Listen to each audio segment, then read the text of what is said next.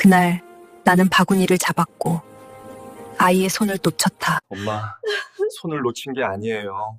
삶이 너무 무거워서 잠시 미끄러진 것뿐이에요. 엄마 잘못이 아니에요.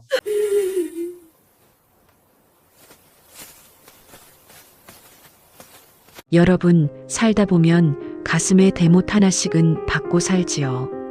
세월이 흐르면 그 못도 녹슬어 무뎌질 법도 한데 제 가슴 속 못은 해가 갈수록 더 날카로워지기만 합니다. 올해로 75, 눈이 침침해지고 귀도 어두워졌건만 그날의 기억만큼은 어제 일처럼 또렷합니다. 지금도 시장 입구에만 서면 손끝이 파르르 떨려옵니다. 재래시장 특유의 그 냄새, 생선 비린내와 군고구마 탄내가 뒤섞인 그 냄새만 맡아도 심장이 쪼그라드는 것 같습니다. 50년이 지났는데도 그 냄새가 코끝을 스치면 저도 모르게 옆을 더듬습니다. 거기 있어야 할 작은 손을 찾으려고. 그때 놓쳐버린 그 손, 작고 통통했던 그 온기가 아직도 손바닥에 남아있어. 차라리 내가 굶어 죽더라도 그날 시장에 가지 말았어야 했습니다. 1974년 겨울이었습니다. 그의 겨울은 유난히도 매서웠지요. 바람이 어찌나 사나웠던지 문풍지를 아무리 발라도 칼바람이 방 안까지 파고들었습니다. 외풍이 들어오는 쪽 벽에는 서리가 꽃처럼 피어났고 아이들은 밤마다 이불 속에서 오들오들 떨었습니다. 집안 꼴이 말이 아니었지요. 남편은 그해 가을 공사장 노가다 판에서 허리를 크게 다쳤습니다. 높은 데서 떨어졌는데 병원비가 없어 제대로 치료도 못 받고 그냥 집에서 누워 지냈습니다.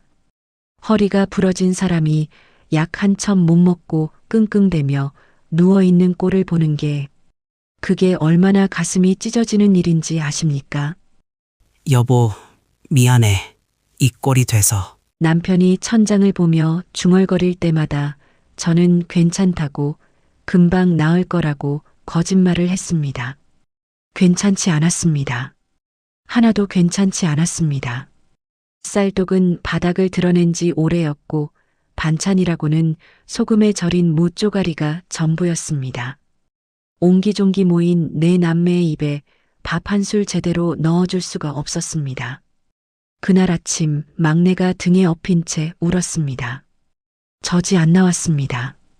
제가 굶으니 젖이 돌 리가 있나요? 말라비틀어진 젖꼭지를 아무리 빨아도 한 방울도 안 나오니까 갓난쟁이가 목이 터져라 울어댔습니다. 그 울음소리가 어찌나 처절하던지 듣고 있으면 제 살점이 뜯기는 것 같았습니다. 미안해, 미안해. 엄마가 먹을 게 없어서 젖이 안 나와. 조금만 참아. 그때 5살배기 철수가 제 치맛자락을 잡아당겼습니다. 엄마, 나도 배고파. 가슴이 칼로 도려내지는 것 같았습니다. 저는 그 말을 못 들은 척했습니다. 들으면 주저앉아 울 것 같아서 나물 바구니를 들고 현관문을 열었습니다. 시장에 가서 이것만 팔면 오늘 저녁은 쌀밥을 해줄 수 있을 테니까. 엄마, 나도 갈래. 철수가 종종 걸음으로 따라 나왔습니다. 안 된다고 집에 있으라고 해야 했습니다. 그런데 그 아이의 눈을 보는 순간 차마 그 말이 나오지 않았습니다. 배고프고 추운데 혼자 집에 남겨지는 게 얼마나 무서웠을까요? 저는 한숨을 쉬며 고개를 끄덕였습니다. 문을 나서는데 그 아이의 발이 눈에 들어왔습니다. 신발이 너무 작아 뒤꿈치가 짓눌려 있었고 양말은 차마 양말이라고 부르기도 민망한 누더기였습니다. 엄지발가락이 삐져나올 만큼 구멍이 뻥 뚫려 있었고 그 사이로 보이는 발가락이 새파랗게 질려 있었습니다. 동상이 튼 자국이 발등에 벌겋게 부풀어 올라 군데군데 터져서 진물이 흐르고 있었습니다. 엄마, 나 발가락이 아파. 그 목소리를 저는 무시했습니다. 조금만 참아라. 오늘 이것만 팔면 쌀 한 되는 살 수 있어. 그래야 너희들 굶기지 않으니까. 지금 생각하면 그 자리에서 아이를 꼭 안아줬어야 했습니다. 발가락이 아프다는데 동상이 터져서 피가 나는데 왜 저는 그 말을 흘려들었을까요? 남을 파는 게 그렇게 중요했을까요? 몇 푼 되지도 않는 그 돈이 내 새끼의 아픔보다 중요했을까요? 50년이 지난 지금도 그 새파란 발가락이 눈에 밟힙니다. 잠을 자다가도 벌떡 일어나 그 차갑게 질린 발가락을 손으로 감싸주는 꿈을 꿉니다. 꿈에서라도 호호 입김을 불어 녹여주고 싶은데 손을 뻗으면 아이는 늘 안개처럼 사라져버립니다. 시장까지 가는 길이 얼마나 멀었는지 모릅니다. 걸어서 30분은 좋게 걸렸을 겁니다. 등에는 젖달라고 칭얼대는 갓난쟁이, 한 손에는 무거운 나물 바구니, 다른 손으로는 철수의 손을 잡고 걸었습니다. 철수의 손은 얼음장 같았습니다. 장갑이 없었거든요. 아니, 있기는 했습니다. 짝짝이에 구멍 숭숭 뚫린 낡은 장갑이. 그런데 그것마저 형한테 씌워보냈습니다. 학교 가는 형이 더 춥겠다 싶어서 엄마, 손 시려. 조금만 참어. 시장 가면 따뜻한 데 있을 수 있어. 거짓말이었습니다. 시장 좌판에 앉아 나물 파는 게 뭐가 따뜻합니까? 그래도 그 말밖에 해줄 수가 없었습니다. 철수가 제 손을 더 꽉 쥐었습니다. 미안해. 엄마가 가난해서 미안해. 장갑 하나 못 사줘서 미안해. 시장통은 그야말로 난장판이었습니다. 세모장 보러 몰려든 인파가 좁디 좁은 골목을 빈틈없이 메웠습니다. 사람과 사람 사이에 끼어 꼼짝도 못하고 떠밀려 다녔습니다. 어깨가 부딪히고 팔꿈치에 찔리고 누군가의 보따리에 머리를 얻어맞기도 했습니다. 호객꾼들의 고함이 귀청을 찢었습니다. 생선 사세요. 오늘 잡은 싱싱한 고등어. 떡이요, 떡. 가래떡, 인절미 싸게 가져가세요. 생선 비린내, 군고구마 탄내, 순대 삶는 냄새, 사람들의 땀 냄새가 뒤엉켜 머리가 어지러질했습니다. 등에 업힌 갓난쟁이는 시끄럽다고 또 울기 시작했고 저는 아이를 달래며 좌판 자리를 찾아 헤맸습니다. 나물 사세요. 시골서 갓 뜯어온 나물. 겨우 자리를 잡고 목이 터져라 외쳤습니다. 철수는 제 치맛자락을 꼭 움켜쥔 채 옆에 쪼그려 앉아 있었습니다. 코끝이 빨갛게 얼어붙었고 입술은 파르스름하게 질려 있었습니다. 엄마, 나 추워. 조금만 더 있어. 이것만 팔면 집에 가자. 저는 아이를 쳐다볼 여유도 없었습니다. 나물 사가는 손님한테 잔돈 거슬러 주랴, 다음 손님 응대하랴, 정신이 하나도 없었습니다. 등에서는 갓난쟁이가 계속 울어대고 제 배도 꼬르륵 소리를 냈습니다. 아침을 굶은 탓이었지요. 그때였습니다. 갑자기 사람들이 우르르 몰려들었습니다. 세모장이라 귀한 물건이 들어왔다나요. 순식간에 골목이 인파로 꽉 찼고 저는 바구니를 챙기려 허둥댔습니다. 덩치 큰 사내 하나가 제 어깨를 세게 치고 지나갔습니다. 중심을 잃고 휘청거렸습니다. 넘어지면 안 된다는 생각에 본능적으로 바구니부터 움켜쥐었습니다. 나물이 쏟아지면 오늘 하루가 물거품이니까요. 바구니를 잡으려 팔을 휘두르는 그 찰나. 다시 정신을 차렸을 때 치맛자락을 붙들고 있어야 할 그 작은 손이 사라졌습니다. 철수야, 목구멍이 찢어지도록 이름을 불렀습니다. 철수야. 우리 철수 어디 갔어요? 5살짜리 남자애 못 봤어요. 바구니를 내팽개치고 미친 듯이 사람들 사이를 헤집었습니다. 키가 작은 아이니까 사람들 다리 사이에 있을 거라고 생각했습니다. 허리를 숙여 이리저리 들여다봤습니다. 검은 머리, 빨간 털모자, 철수는 털모자도 없었습니다. 맨머리였습니다. 귀까지 덮는 털모자를 사줄 돈이 없었으니까. 철수야, 철수야! 낯선 아이의 뒷모습이 보일 때마다 달려가 어깨를 돌려 세웠습니다. 아, 놀래라. 뭐야, 이 여자? 아줌마 왜 그래요? 돌아보는 얼굴은 전부 내 아이가 아니었습니다. 해가 뉘엿뉘엿 기울도록 시장 구석구석을 뒤졌습니다. 목이 쉬어 소리가 나오지 않을 때까지 이름을 불렀습니다. 무릎이 까져 피가 흘러도 뛰고 또 뛰었습니다. 경찰에 신고했습니다. 5살이요? 특징이 뭐예요? 구멍난 양말, 발가락이 새파랗게 얼어있고 동상 터진 자리에서 피가. 말하다가 울음이 터졌습니다. 특징이라고 할 게 전부 가난의 흔적뿐이었습니다. 제대로 된 옷도 신발도 없는 내 아이를 어떻게 찾습니까? 방송으로 이름을 불러달라고 사정했습니다. 잠시 안내 말씀드리겠습니다. 5살 남자 어린이 김철수를 찾습니다. 보호자께서는 시장 안내소로. 그 방송이 시장 전체에 울려 퍼졌건만 돌아오는 건 차갑게 몰아치는 겨울바람뿐이었습니다. 아니야. 분명 여기 어딘가 있어. 멀리 못 갔어. 바로 내 옆에 있었는데. 날이 어두워지도록 찾았습니다. 시장 상인들이 좌판을 걷고 집에 들어가도 저는 텅 빈 골목에서 혼자 아이 이름을 불렀습니다. 목소리는 이미 갈라져 쉰 소리만 났습니다. 철수야, 엄마 여기 있어. 나와. 그렇게 우리 철수는 흔적도 없이 사라졌습니다. 구멍난 양말, 새파랗게 질린 발가락, 추워서 파르르 떨던 입술, 그 이미지가 눈앞에서 지워지지 않았습니다.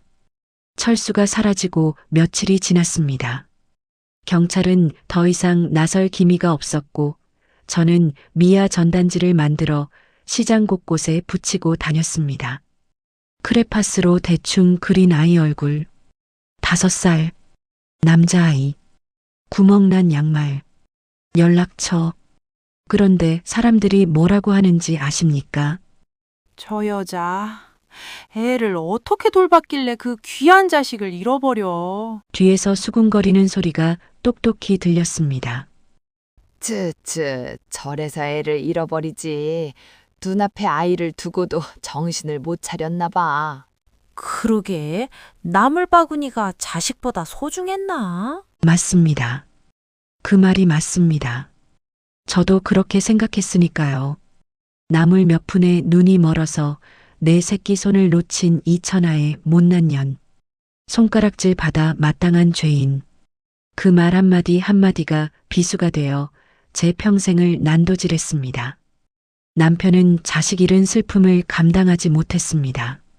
누워서 꼼짝도 못하던 사람이 술만은 기어서라도 마셨습니다. 밤마다 소주병을 끌어안고 울었습니다. 처음에는 저를 위로하더니 점점 눈빛이 달라졌습니다. 당신이 손을 놓쳤다며? 바구니 잡으려다 애 손을 놓쳤다면서? 대답할 수가 없었습니다. 사실이니까요. 변명의 여지가 없으니까요. 남편의 눈빛에 원망이 서렸습니다. 그 눈빛이 칼보다 더 깊이 찔렸습니다. 그 바구니가 우리 철수보다 중요했어? 그날 밤 저는 처음으로 죽고 싶다고 생각했습니다. 차라리 내가 죽으면 철수가 돌아올까? 이 죄를 어떻게 갚지? 남편은 1년도 채 못 가 세상을 떠났습니다. 술로 망가진 몸이 버티질 못했습니다. 다친 허리에 술까지 퍼부었으니 간이 남아나질 않았지요. 마지막 순간에도 남편은 제 손을 잡지 않았습니다.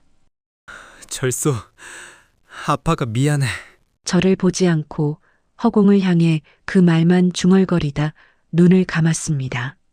장례를 치르고 돌아온 빈 방에서 저는 며칠을 울었습니다. 남은 새 아이를 생각해서라도 정신을 차려야 했건만 몸이 말을 듣지 않았습니다. 밥을 먹어도 모래를 씹는 것 같았고 물을 마셔도 목에 걸려 넘어가지 않았습니다. 그때부터 저는 산송장이나 다름없었습니다. 비가 오면 그 애가 젖어 있을까봐 가슴이 쥐어짜였습니다. 혹시 처마 밑에서 웅크리고 있지는 않을까? 아무도 없는 골목에서 울고 있지는 않을까? 눈이라도 펑펑 내리는 날이면 밤새 잠을 이룰 수가 없었습니다. 동상 터진 그 새파란 발가락이 눈앞에 어른거렸습니다. 구멍 뚫린 양말 사이로 삐져나온 발가락. 차갑게 질려서 시퍼렇게 변한 발가락. 엄마, 나 발가락이 아파. 그 목소리가 귓가에서 떠나질 않았습니다. 왜 그때 들은 척이라도 안 했을까요? 안아주고 호호 입김이라도 불어줬으면 그 온기라도 기억에 남았을 텐데. 맛있는 것을 먹어도 목구멍에 돌덩이가 걸린 듯 했습니다. 뜨끈한 아랫목에 누워도 우리 철수는 지금 차디찬 길바닥에서 떨고 있지 않을까 싶어 눈을 붙일 수가 없었습니다. 따뜻한 밥을 먹을 때마다 죄책감에 젓가락을 놓았습니다. 내 새끼는 굶고 있을지 모르는데 내가 밥을 먹어도 되나? 50년. 반세기가 그렇게 흘렀습니다. 남은 아이들은 다 자라 제 살 길을 찾아 떠났고 저는 혼자 남았습니다. 손주들이 태어나도 기쁘지 않았습니다. 5살에 잃어버린 철수만 떠올랐으니까요. 철수도 이만큼 컸을까? 철수도 결혼해서 아이를 낳았을까? 철수는 살아있기는 한 걸까? 제 인생은 그날 시장통에 멈춰버렸습니다. 친구들은 이제 손주 자랑에 여념이 없었고 동네 사람들은 행복한 노년을 보내고 있었습니다. 저만 50년 전 그 시장 골목에 갇혀 있었습니다. 텅 빈 좌판 사이를 헤매며 아이 이름을 부르던 그 순간에 그래도 손을 놓을 수는 없었습니다. 경찰서에 유전자 등록을 해두었습니다. TV에서 실종 아동 찾는 프로그램이 나올 때마다 사연을 보냈습니다. 희망의 끈이라도 붙잡고 있지 않으면 숨이 멎을 것 같았으니까요. 사람만 있어다오. 어디서 뭘 하든 사람만 있으면 돼. 살아서 행복하기만 하면 엄마는 그것만으로 충분해. 매일 밤 그렇게 빌었습니다. 잠들기 전 손을 모으고 아이가 무사하기만을 빌었습니다. 용서해달라는 말은 감히 하지 못했습니다. 그럴 자격이 없으니까요. 그냥 살아있기만을 바랐습니다. 그러던 며칠 전이었습니다. 낯선 번호에서 전화가 걸려왔습니다. 경찰서였습니다. 순애 씨 맞으시죠? 50년 전 실종 신고하신 김철수 건으로 연락드립니다. 심장이 쿵 하고 내려앉았습니다. 유전자 검사 결과 일치합니다. 아드님을 찾았습니다. 수화기를 쥔 손이 사시나무처럼 떨렸습니다. 찾았다고. 우리 철수를 찾았어? 50년 만에? 지금 경찰서로 오실 수 있으시겠어요? 대답도 제대로 못하고 신발을 거꾸로 신은 채 집을 나섰습니다. 무릎이 후들거려 제대로 걸을 수도 없었는데 어떻게 경찰서까지 갔는지 기억도 나지 않습니다. 택시 창밖을 멍하니 바라보며 한 가지 생각만 되풀이했습니다. 우리 철수가 살아있다. 어딘가에서 살아있다. 그런데 이 아이가 날 용서해 줄까? 50년 동안 찾지 못한 이 못난 엄마를. 경찰서 문을 열고 들어서는데 복도 끝에 한 남자가 서 있었습니다. 번듯한 양복 차림의 중년이었습니다. 머리에는 희끗희끗 서리가 내렸고 어깨는 떡 벌어져 있었습니다. 세월이 50년이나 흘렀건만 그 눈만은 50년 전 치맛자락 붙잡고 총총 따라오던 5살배기의 그 눈을 그대로 닮아 있었습니다. 다리가 풀려 더는 걸을 수가 없었습니다. 철수야. 그 남자도 저를 알아봤는지 입술이 파르르 떨리며 한 발짝 다가왔습니다. 엄마? 순간 세상이 멈춘 것 같았습니다. 50년. 그 기나긴 세월이 한꺼번에 무너져 내렸습니다. 더는 버틸 수 없어 그 자리에 무릎 꿇고 주저앉았고 입에서는 통곡이 터져 나왔습니다. 미안해. 미안해, 철수야. 엄마가 그 손을 놓쳐서. 바닥에 이마를 찢듯 고개를 숙였습니다. 50년 동안 삼키고 또 삼켜왔던 죄책감이 성벽처럼 무너지며 한꺼번에 쏟아졌습니다. 그 추운 날 널 시장에 데리고 나간 것도, 바구니 욕심에 손을 놓친 것도 다 내 잘못이야. 숨이 넘어가도록 울면서 고백했습니다. 너 구멍 난 양말 신고 발가락 아프다고 했는데 엄마는 들은 척도 안 했잖아. 평생 그 새파란 발가락이 눈에 밟혀서 이 자리에서 죽어도 좋아. 이 아이한테 용서 한마디만 들을 수 있다면. 경찰서 로비에서 오가는 사람들 앞에서 70평생 쌓아온 체면 따위 내팽개치고 엎드려 통곡했습니다. 그런 저를 그 중년의 아들이 가만히 내려다보고 있었습니다. 원망할까? 차갑게 돌아설까? 손끝이 얼어붙는 것처럼 두려웠습니다. 그런데 철수는 비난하지 않았습니다. 천천히 무릎을 꿇더니 바닥에 엎드린 저를 양팔로 가만히 안아주었습니다. 오래된 솜니불처럼 포근하고 묵직한 온기였습니다. 엄마, 떨리는 목소리가 귓가에 스쳤습니다. 나 엄마 원망 안 했어요. 심장이 멈추는 것 같았습니다. 그때 엄마 손이 얼마나 거칠었는지, 나 하나 먹이려고 그 추운 날 얼마나 애쓰셨는지 다 기억해요. 눈물이 멈추지 않았습니다. 내 손 잡아주던 그 투박한 느낌, 50년이 지나도 안 잊어버렸어요. 기억하고 있었어? 이 거칠고 못난 손을? 입양 가서 자라면서도 늘 생각했어요. 엄마 손 되게 거칠었는데 그게 얼마나 따뜻했는지, 얼마나 고생하면 손이 그렇게 됐을까 하고요. 50년간 목에 박혀있던 가시가 녹아내리는 것 같았습니다. 이 아이가 원망하지 않았다고요. 오히려 이 거친 손을 기억하며 엄마의 고생을 알아줬다고요. 가슴속 대못이 조금씩 빠져나가는 게 느껴졌습니다. 경찰서를 나서는 발걸음은 꿈만 같았습니다. 50년 만에 다시 잡은 아들의 손은 생각보다 크고 단단했습니다. 내 손은 남을 캐고 빨래하느라 거칠어졌지만 아들의 손은 나를 감싸 안을 만큼 듬직해져 있었습니다. 엄마 뭐 좋아해요? 우리 맛있는 거 먹으러 가요. 우리는 근처 칼국수 집으로 향했습니다. 김이 모락모락 나는 국물을 앞에 두고 아들의 얼굴을 가만히 들여다봤습니다. 50이 넘은 중년의 얼굴이지만 눈매만큼은 5살 그 아이 그대로였습니다. 국수를 먹으며 아들은 지난 세월을 들려주었습니다. 보육원을 거쳐 좋은 분들에게 입양되어 잘 컸노라고 하지만 단 하루도 친엄마를 잊은 적은 없었다고 말입니다. 어릴 땐 엄마가 날 버린 줄 알고 울었어요. 하지만 크면서 깨달았죠. 시장 가던 길, 내 손을 꽉 잡았던 엄마 손이 얼마나 거칠었는지, 우리 먹여 살리려고 얼마나 고생하셨을지 말이에요. 아들은 낡은 지갑에서 빛바랜 사진 한 장을 꺼냈습니다. 헤어지던 날 내가 몰래 주머니에 넣어주었던 모자의 사진이었습니다. 50년 동안 이 사진을 품고 살았다는 아들의 말에 참았던 눈물이 터져 나왔습니다.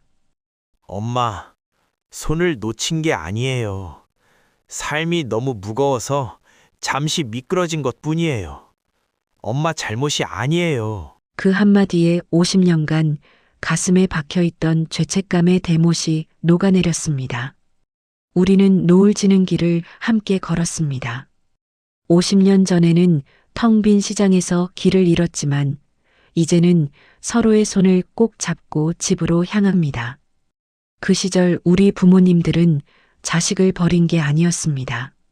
삶이라는 거센 파도에 휩쓸려 먹고 사는 일이 너무 무거워 잠시 그 손을 놓칠 수밖에 없었던 겁니다.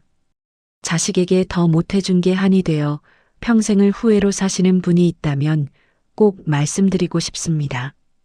당신 잘못이 아니라고 자식 지켜내느라 정말 고생 많으셨다고요.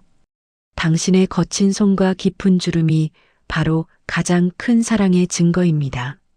엄마, 아빠, 정말 고생 많으셨어요. 오늘 부모님께 드리는 이 한마디가 50년 묵은 마음의 짐을 녹여줄 것입니다.